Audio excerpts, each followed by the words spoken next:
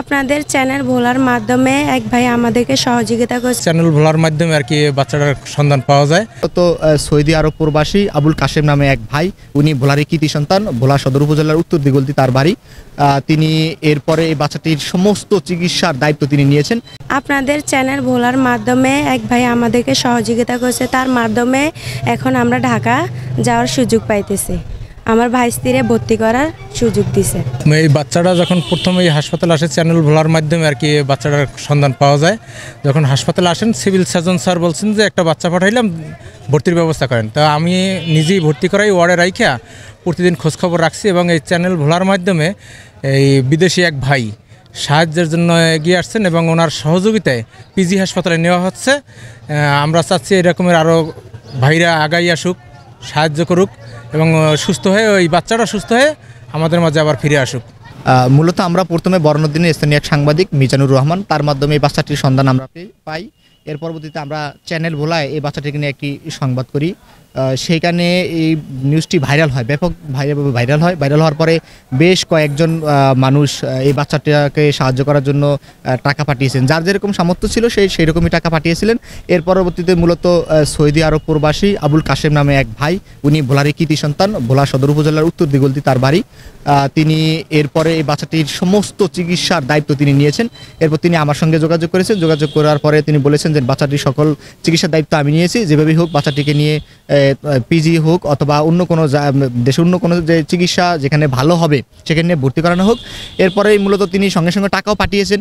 এরপর মূলত আমরা এখন বাচ্চাটিকে পিজি হসপিটালে নিয়ে যাচ্ছি। সেখানে বাচ্চাটির আশা করি যে চিকিৎসা হবে এবং সেই পুরোপুরিভাবে সুস্থ হবে। আর একটা বিষয় হলো যে আসলে এরকম মানবিক কাজগুলো যারা করে আমরা তাদের প্রতি অনেকটা সম্মান জানাই হৃদয়ের গহীন থেকে। আমরা তো ছোটকালেতে ডাক্তার অনেক টাকা পয়সা দিছি, বুয়ারও দিছে, নানারও দিছে।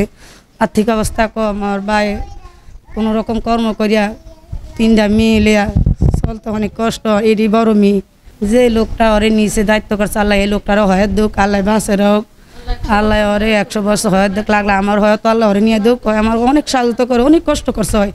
আমি এই নাতিনটা লইয়া বাবা গো অনেক কষ্ট, আজ 5 বছর তোমাকে করতে আসি, ওষুধ দাওয়াই চালাইতে না, আর্থিক অবস্থা ভালো না, দরিয়া ভাঙ্গে আমার এক পথের বিকারি করছে। নাতি লই আমি রাস্তার পক্ষে সাজিয়া বাইরেছি। বিদেশের এক বাবা মনে করেন এই জ্বর চিকিৎসার জন্য অনেক কিছু করতে চায়, তার উছিলাতে আমরা ঢাকা চলে যাই। তারে আল্লাহ 100 বছর হয় দুঃখ, টাকা পয়সা কি দিছে আল্লাহ আরো তারে অর্জন করিয়া দুঃখ। তার যাতে মায়া হয়েছে পৃথিবীতে মায়ার লোক দেখি না। আল্লাহরে বলছি, নিজ বুফে করছি, ওগো আল্লাহ আমার নাতিনটা সুস্থ করে না, একটা এমন একটা লোক তুমি মিলে দশে যেন দায়িত্ব নিয়ে আমার নাতিনটারে সুস্থ করিয়া দেখায়। নুহামণি নামে একটা বাচ্চা বিরল চর্মরোগে আক্রান্ত, জন্মের পর থেকেই সে বিরল রোগে আক্রান্ত। তার যেই পরিবার রয়েছে সেই পরিবারের সামর্থ্য অনুযায়ী তারা আসলেই তার যতটুকু চিকিৎসার দরকার সেটা করতে পারে না। এরপরে আমরা খবর পেয়ে আমরা কয়েকজন গণমাধ্যম সেখানে গিয়েছি। আমি আমার সময়ের কণ্ঠস্বর এবং আমার সাথে যে চ্যানেল ভোলা ছিল তারা আমরা সকলেই গণমাধ্যমে বিষয়টি তুলে ধরেছি, নুহামণির যে বিরল রোগে আক্রান্ত বিষয়টি তুলে ধরেছি। এরপরেই আমাদের নিউজগুলো ছড়ানোর পরেই আমরা দেখেছি প্রবাসী আবুল কাশেম ভাই, তিনি আমাদের ভোলারই কৃতি সন্তান, তিনি সাড়া দিয়েছেন। সাড়া দিয়ে বাচ্চাটির চিকিৎসার জন্য সকল দায়িত্ব তিনি বহন করেছেন এবং ইতিমধ্যে আজকে বাচ্চাটি ভোলা হাসপাতাল থেকে রিলিজ করে তাকে উন্নত চিকিৎসার জন্য ঢাকা পিজি হাসপাতালে নেওয়া হচ্ছে। আমরা বিগত দিনগুলো দেখেছি যে প্রবাসী আবুল কাশেম ভাই তিনি মানবতার দৃষ্টান্ত স্থাপন করে বিগত দিনে অসহায় এবং দুস্থ মানুষের পাশে দাঁড়িয়েছেন এবং তিনি সামনের দিকেও আশা করি যে এই সমস্ত বিষয়ে সোচ্চার থাকবেন এবং দুস্থ অসহায় মানবতার যারা অসহায় জীবনযাপন করছে তাদের পাশে দাঁড়াবেন। আমার মেয়ের জন্য আমরা চিকিৎসার জন্য অনেক জায়গায় গেছিলাম, কোনো জায়গায় সাহায্য পাইনি।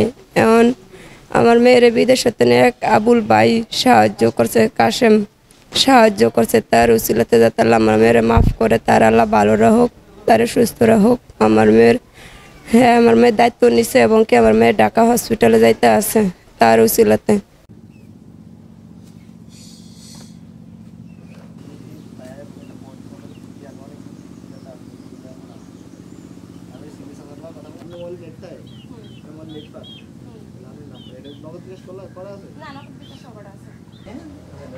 আল্লাহর কাছে কান্দি না, রান্দি না।